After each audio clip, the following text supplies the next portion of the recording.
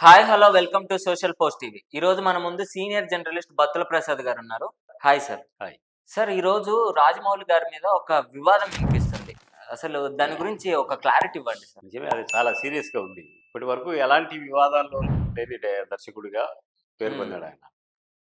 రాఘవేంద్రరావు గారి దగ్గర శాంతి నివాసం అనే సీరియల్ చేసి దాని తర్వాత జూనియర్ ఎన్టీఆర్ సినిమాతో అట్లా అట్లా అంచెలంచెలుగా ఎదిగి ఇప్పుడు బాహుబలి దానికి వచ్చాడు. ఈ రోజు చాలా ఇప్పుడు కొన్ని టీవీల్లో వాటిల్లో వచ్చేదాన్ని బట్టి చూస్తే చాలా విచిత్రమైన పరిస్థితిలో ఉన్నాడు. ఎందుకంటే ఉప్పలపాటి శ్రీనివాసరావు అనే ఒక వ్యక్తి, ఈయన ఇద్దరు ఫ్రెండ్స్ అంట. ఇప్పుడు శాంతి నివాసం ముందు నుంచి ఇద్దరు ఫ్రెండ్స్, ఈయన రాజమౌళికి సంబంధించిన వ్యవహారాలన్నీ ఆయన చూసుకుంటున్నాడంట. అది చెప్పాడు.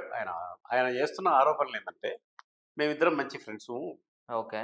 ఆ యమదొంగ సినిమాకి కూడా నా పేరును ఉప్పలపాటి శ్రీనివాసరావు 1, 2, 3, 4 అని వేశాడు. అంటే ఎగ్జిక్యూటివ్ నిర్మాత వేశాడు. మేమిద్దరం మంచి క్లోజ్ ఫ్రెండ్స్.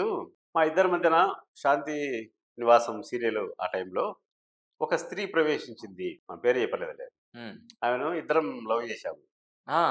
అయితే ఈ విషయం నేను రాజమౌళికి చెప్తే, రాజమౌళి ఏమన్నాడు, ఏం పర్లేదులే, నేను ఆమెను పెళ్లి చేసుకుంటాను, ముగ్గురం అందరం కలిసి ఉందాము అని కూడా అన్నట్టు ఈయన ఆరోపించాడు. పెద్ద ఆరోపణే.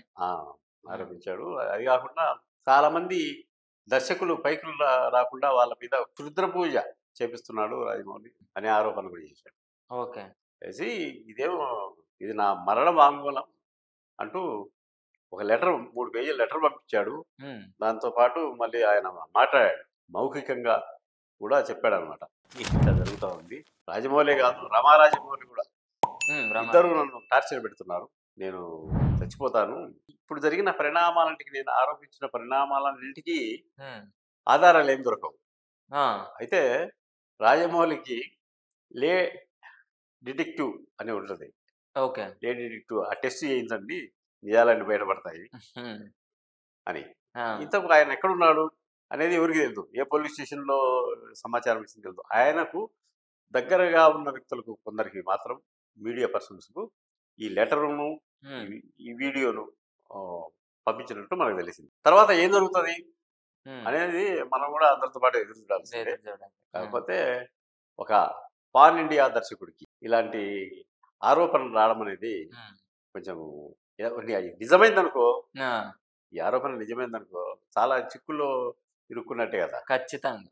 మరి అంటే నేను చచ్చిపోవడానికి కారణం పలానా వాళ్ళు అని చెప్తే మరి అది కష్టతరమే కదా. అవును. కాబట్టి ఇది ఎంత దూరం పోతుంది, ఏం జరుగుతుంది అని అందరితో పాటు మనం కూడా వేచి చూడాల్సిందే.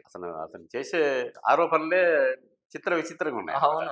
నిజమేనా, వీళ్ళిద్దరికి నిజంగా స్నేహితులు ఉందా, ఎవరు డూపా అని అంటే చాలా మంది నిజమే అని చెప్తున్నారు. వీళ్ళకు వేల్ అనే ఒక ఆడియో కంపెనీ ఉండేది రాజమౌళి అండ్ సాంబశివరావు, శ్రీనివాసరావు, ఉప్పలపాటి శ్రీనివాసరావుకు. ఆ వ్యవహారాలు కూడా ఇన్ని చూసుకునేవాడు. ట్విస్ట్ ఏంటంటే తెలుసా, 35 ఏళ్ళు మా స్నేహంలో, ఇప్పుడు నాకు 55 ఏళ్ళు, నేను అతని వల్ల పెళ్లి కూడా చేసుకోకుండా మారుకున్నాను అని ఆరోపించాడు.